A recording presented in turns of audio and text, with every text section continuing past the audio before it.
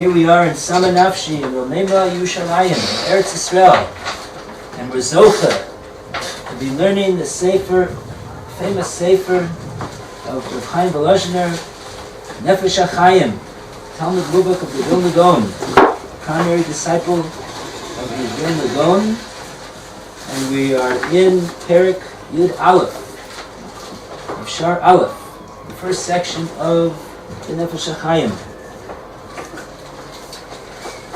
So, and we are talking about a very interesting subject. The subject is, who is greater, man or angels?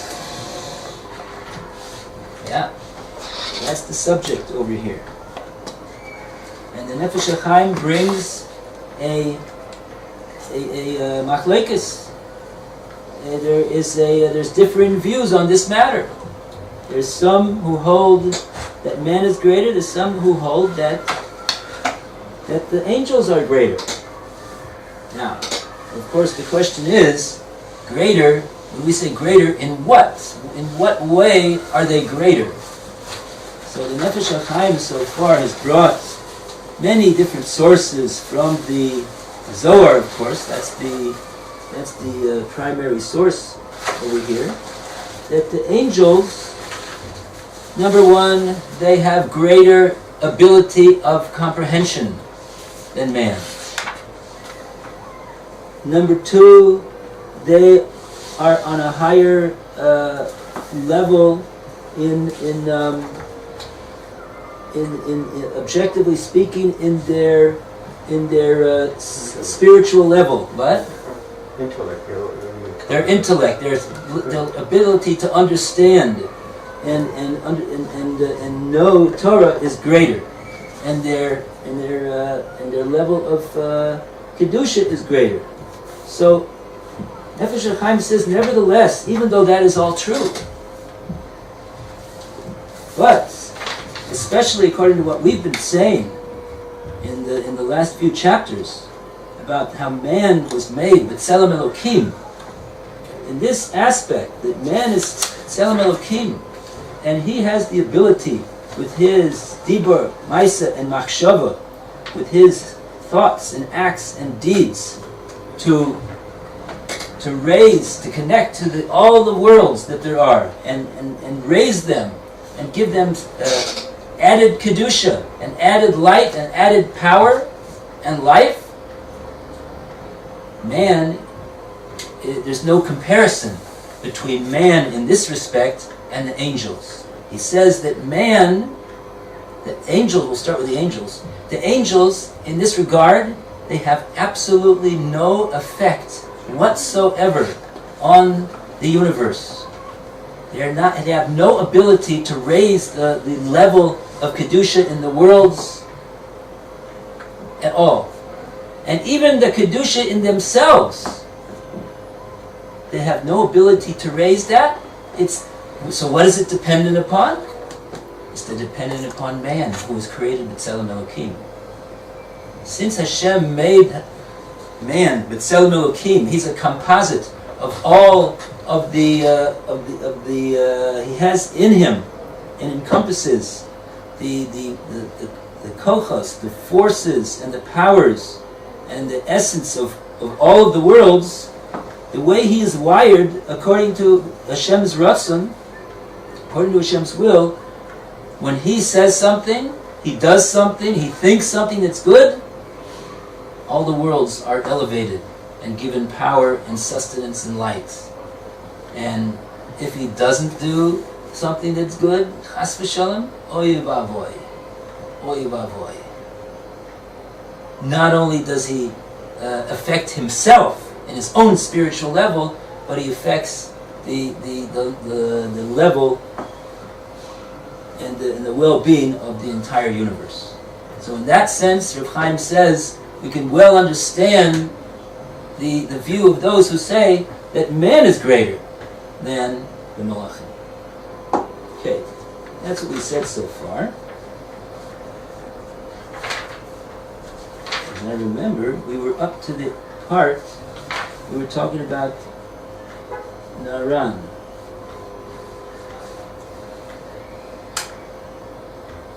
that the HaKodesh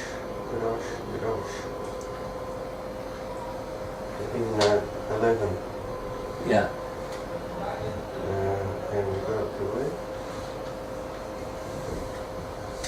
This is the first couple of paragraphs.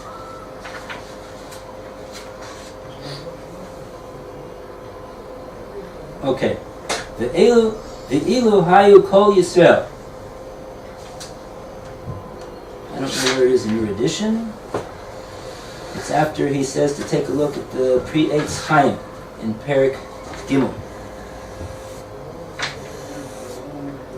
He says, "V'ilu hayu kol Yisrael, v'sofa olam v'ad sofo, shotkim chas v'sholom, v'loymar kedusha."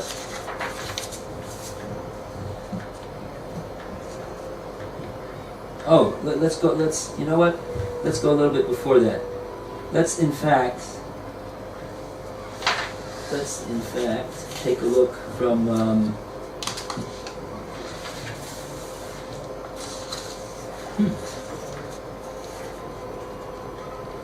Oh, I see. See, in truth, we were up to the end of Perik Yud. That's the truth. Let's go back to the end of Perik Yud. V'gam hagimel bechinos naran. You were asking about the naran. What is this referred to? Nefesh, ruach, and neshama.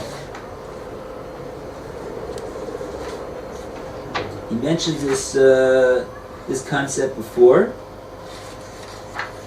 He said that the malach, for his part, he's a singular, limited in his composition and his makeup. Even though it's all spiritual, it's not physical whatsoever, but it is singular and limited. It doesn't encompass all of the worlds that there are. Aval nishmas ha'adam, but the neshama of a person, the kol gimel ha'chelke naran shelo, in all of the three elements, they're called nefesh, ruach, and neshama. For what it's worth, in English we translate nefesh as life force, ruach, his also not really translatable, his ruach, his wind, and neshama, his soul. In other words, the neshama is made up of three halakim, he's saying. And this person who has this neshama, iklula mikol olamos, it encompasses within itself something from all of the worlds that there are. Like we've been saying, there's many worlds. It's not just our world down here, the Olam Hatachton, the lowest world that there is our world. There's many other worlds on top of these worlds, going higher and higher and higher, and all the way up to the Kisei, HaKavod, Hashem's throne. L'chein ein b'koach v'yicholos hamalach klal l'halos u'lekasher u'liached kol olam ba'olam hanatui al roshehem. The fact that a person is a composite of all of these different elements is what makes him, with his actions and his deeds and his thought, his ability is to influence and raise all of those worlds, which a malach does not have. So therefore he doesn't have that ability whatsoever. וגם עליית עצמוסוי של המלאך עד מדרגוסוי להזכשר בעולם שלו. And even the elevation, the very elevation of the malach himself, the angel himself, to his ultimate level, להזכשר בעולם, to connect to that world she'olav that is governing over him. Ein toli boy ba'atzmoi. It does not depend upon the malach himself, his actions or his thoughts or his deeds. That's why malachim are called omdim, that they are the ones who are standing. Omed. Omed, if you're standing, the definition of standing means you're standing in one place. And you don't move, you don't advance. Stationary. Stationary means you are not advancing. You are in the same place. Right? Somebody who's standing, he's standing on line, right? That's what people don't like about standing on line. In California, where I was born, they say standing in line. But in New York, they say on line. So that's the correct way. Because the New Yorkers think they're correct. Nobody here is from New York, right? I don't think so. Roy is from Australia, and Matt is from a suburb of New York. Inline. Inline? No, that's what they say in Australia, huh? Okay. Yeah. So okay, good. So anyway, that's because a person feels that he wants to advance. He wants to get going. He wants to get something done. He wants to advance. So this is why people hate to stand in line. So do angels slide? They don't go forward or backwards. They're omdim. They don't have the ability to raise their standing. They don't have the ability to go forward.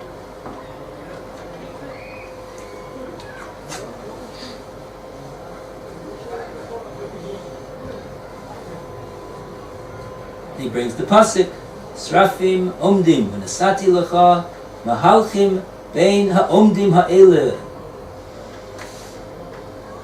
The Navis Yeshaya and Zechariah, HaChaim, with his command of all of Tanakh, he knows every place in all the 24 Sforim of Tanakh where it says the word Omdim, and he knew this even before Google. How do you like that?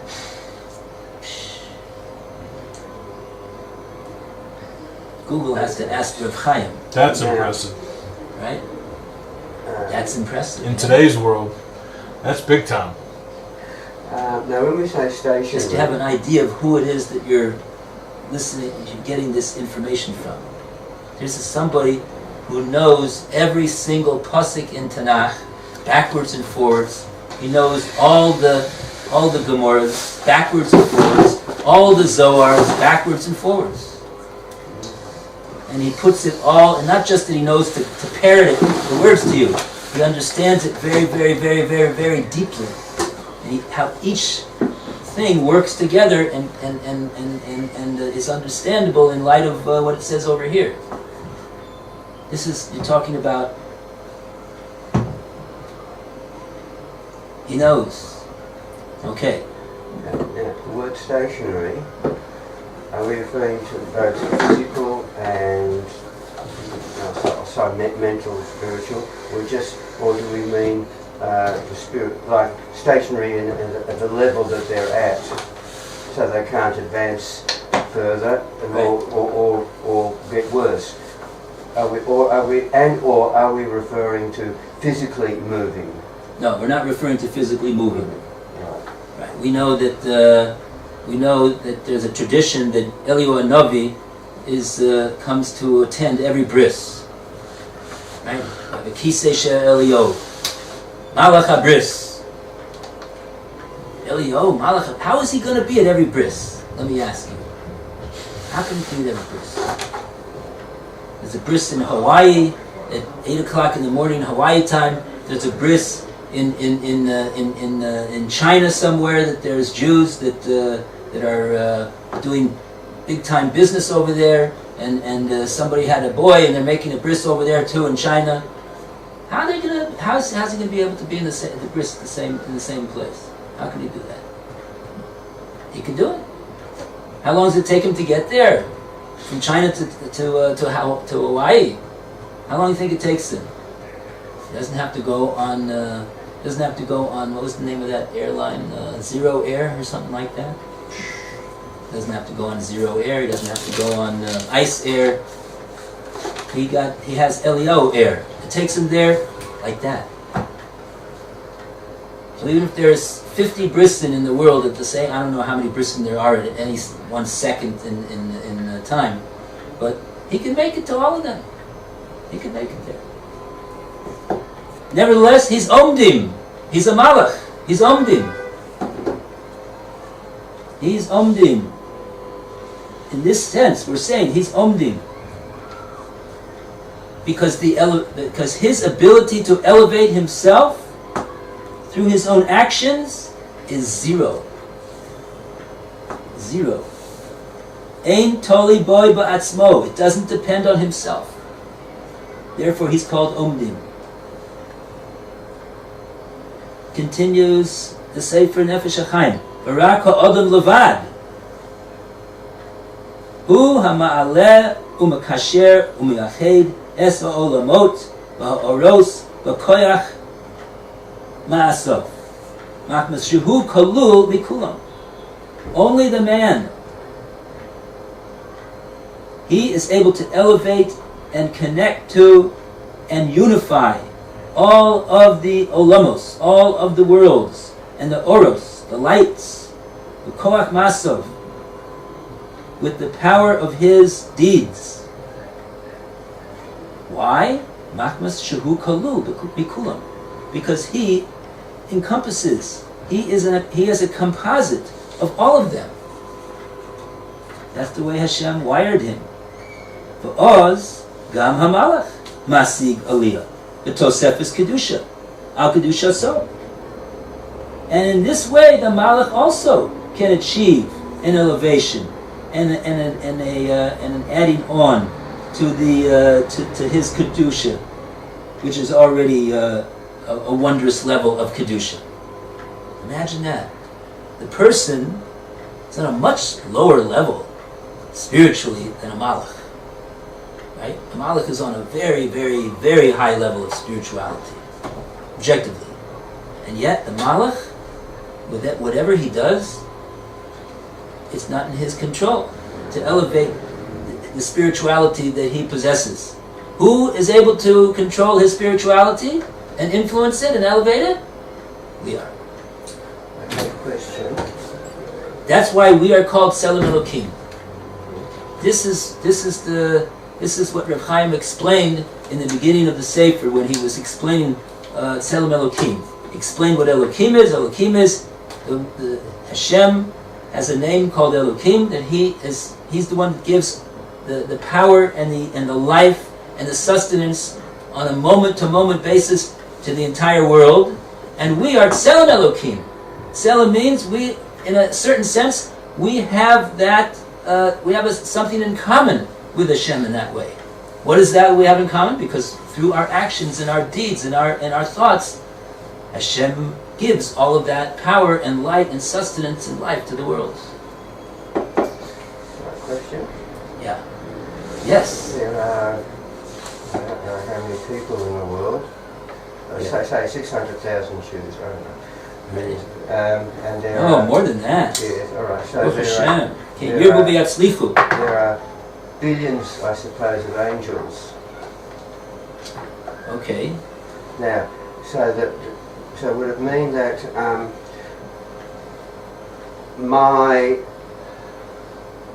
if I do something good, I'm affecting all the angels, or one particular angel, or one particular group of angels, those who are related to me or connected with me in some form or some way? Oh yeah, they're mechutanim, huh? Mechutanim, yeah.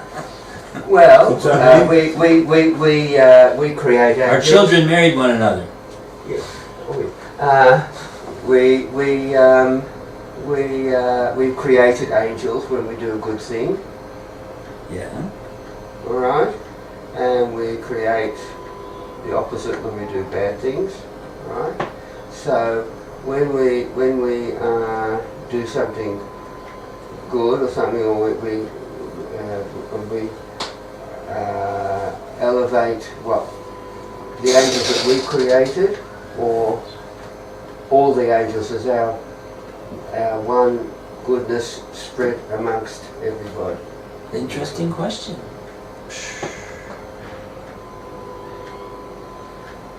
Absolutely. drink to me. L'chaim, l'chaim.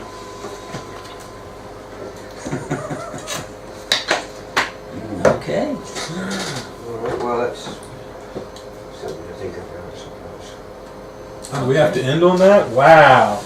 We ended? That's No, we're pretty not cool. ending. Oh, we're on not that. ending? But another 10 minutes. Oh, you changed glasses. I thought that was it.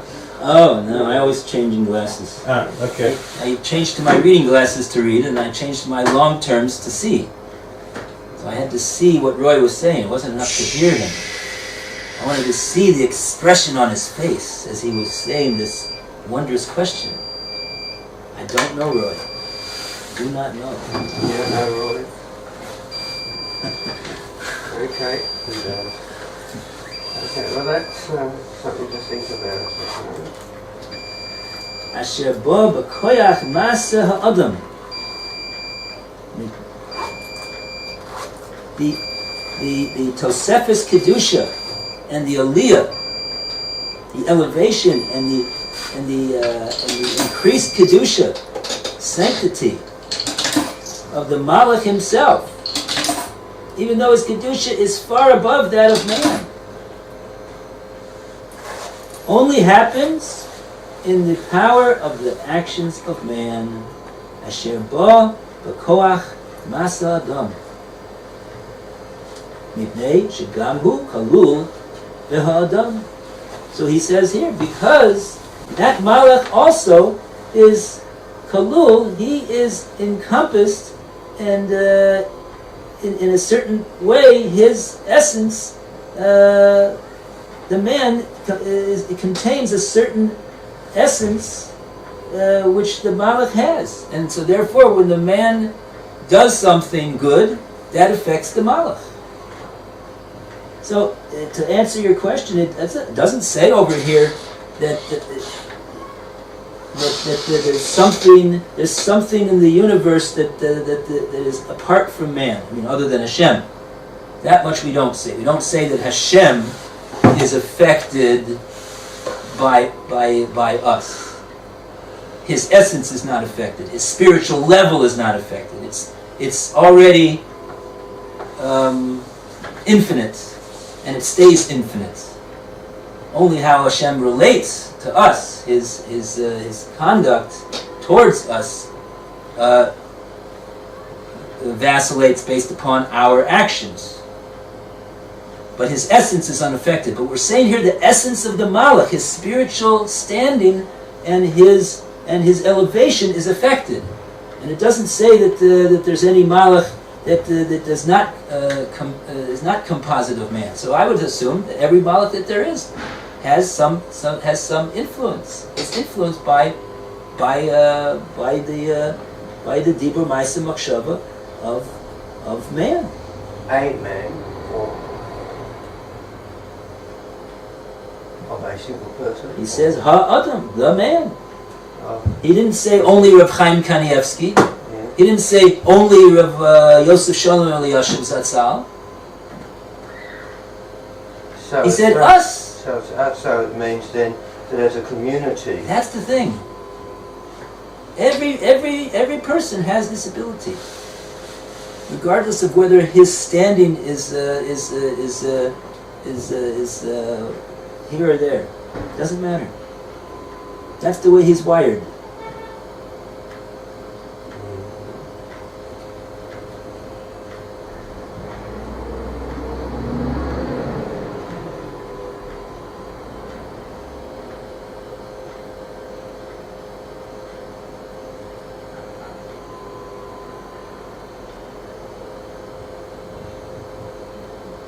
Okay.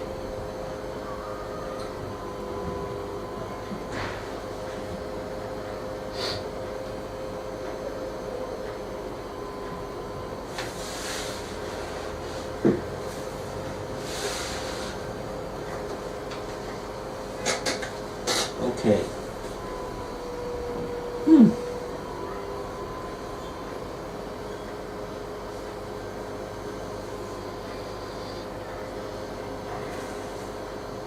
Okay. Continues. V'gam ha'gimel bechinos naran.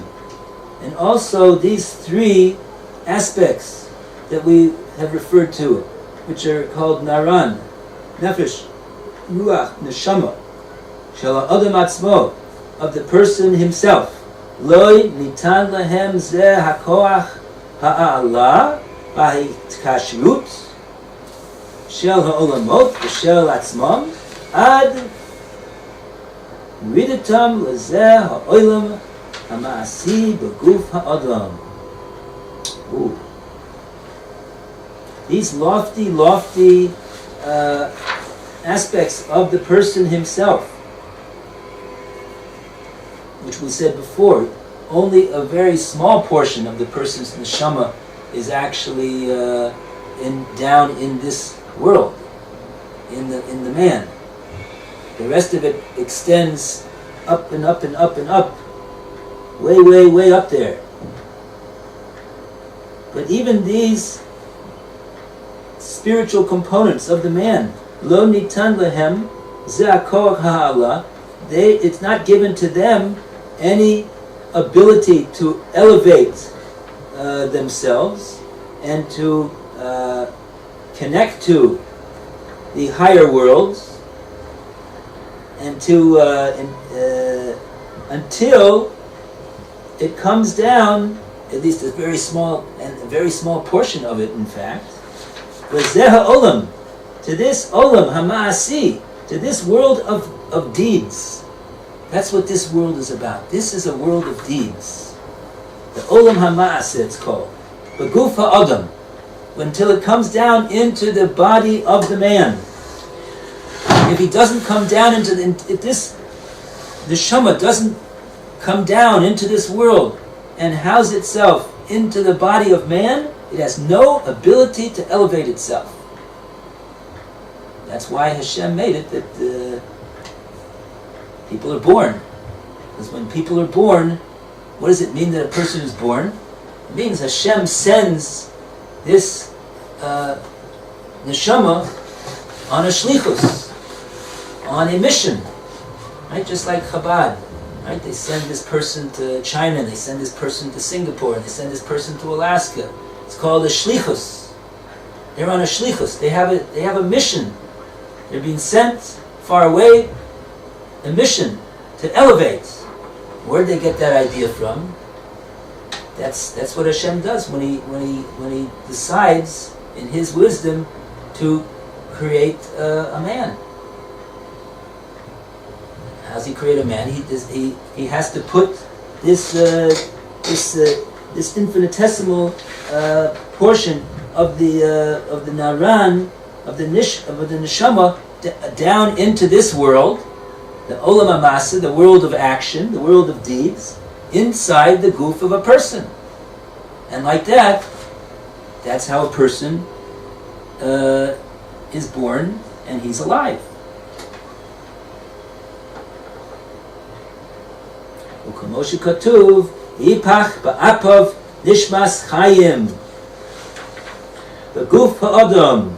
This is a pasuk in the beginning of the Chumash that Hashem said to the Malachim, "Let us make man." And so even though the Malachim didn't think it was such a hot idea, Hashem overruled them. He said, what do these Malachim know? Fools that they are. And Hashem decided He's going to create man. How does He do it? V'yipach ba'apov nishmas chaim. He blew in ba'apov, into his nostrils, nishmas chaim, a living spirit, b'gufa adam, into the physical body of man. Oz, and then the pasuk says, "Vayhi ha'adam le'nefesh chaya." And then, after Hashem had blown in this nishmas chaim into the goof of the man, this living spirit into the body of man, at that point, man was a lifeless hunk. He was a physical hunk, but he didn't have life. So Hashem gave him life by blowing into him this nishmas chayim. Oz, and then the pasuk relates by hi ha'adam the nefesh chaya, and then the man became a living entity. Shel kol ha'olamot. Now the parak Dalet, and this is like we said in the fourth parak. What did we say in the fourth parak? We said that man is really the nefesh of all of the worlds. Now the nefesh is like the life force. With that nefesh that Hashem blows in to the man, he blew in a nishmas chaim which contains this life force of nefesh. That is what gives him the ability to be alive and to go and to do. So, and more than that, more deeply than that, man is the nefesh, we said, of all the worlds. Because according to what man does and how he advances, so the world advances and the world goes forward. So that's why we say that the man really is the nefesh. He's the mover of the universe. He's the life force. He's the nefesh chai. Shel kol olamot. Not only of himself. Not only of himself. The nefesh that he has is what gives him the ability to go. But he himself, what he does, he's the nefesh of all the olamot. Because according to what move he makes, that's the move that all the olamot make.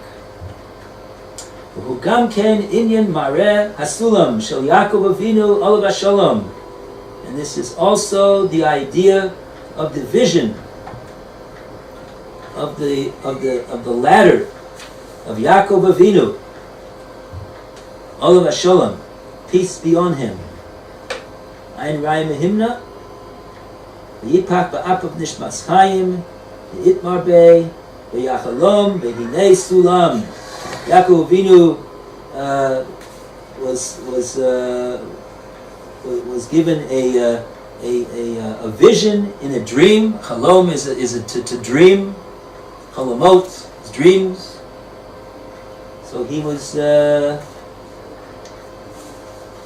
not really conscious, but he was given a vision. And what was the vision? Behold, a ladder. Sulam vadai ihu nishmas chayim.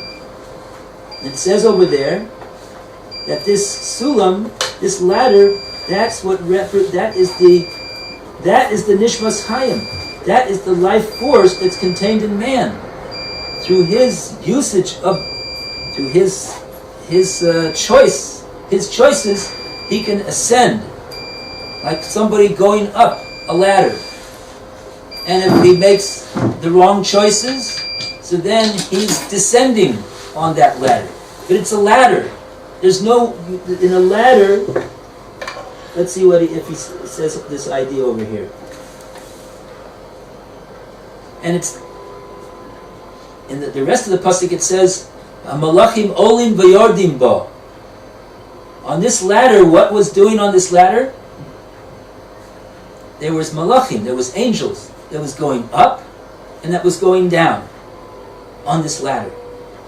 The vision of Yaakov Avinu. Ein Sham. Take a look over there. Kamosh Yisbar, Mitzvah Shem, Lahalan. The Perik Yotes, Al Yidei Zeh, V'hinei, Malachei, Elohim, Olim V'yordim Bo. There it is. What does this mean? What's the significance of this? That Yaakov was given this vision of a ladder and he sees Malachim going up and going down. Rotzaloymar means to say like this: Al Yedei Hanishmas Chayim Shehu Mutzav Arza Mislabeshes Katze Hatachton Shelo Begufa Adam. Through the Nishmas Adam, Nishmas Chayim, this soul that Hashem blew into man, that gives him the ability to be alive and to do. Shehu Mutzav Arza, which is represented by the ladder. Where's the bottom of the ladder? Earth. standing on the ground, standing on the land. It's down here. That's where the ladder is. Mislabeshes katseh hatachton shelo b'gufa adam. The nishmas chayim dresses itself in the lowest thing over here, in the goof of the adam, ketsa hatachton shelo. The ketsa hatachton shelo is referring to the nishmas chayim, like we said before. Then it's only the lowest bottom part, as it were, of the neshama of man that is clothed within the physical body of man here.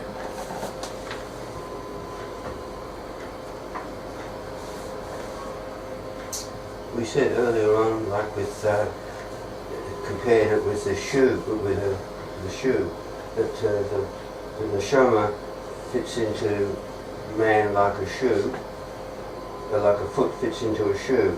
It's right. a small part of you supporting a greater part. Very good, right? That's what we had a little while back somewhere. And what do we call that part of the foot? Soul. The soul. But that's S-O-L-E. That's how you say. That's how you spell it in the spiritual soul in English too, right? No, S-O-U-L. Oh, okay. All right. It just sounds the same. They misspelled it. What can we do?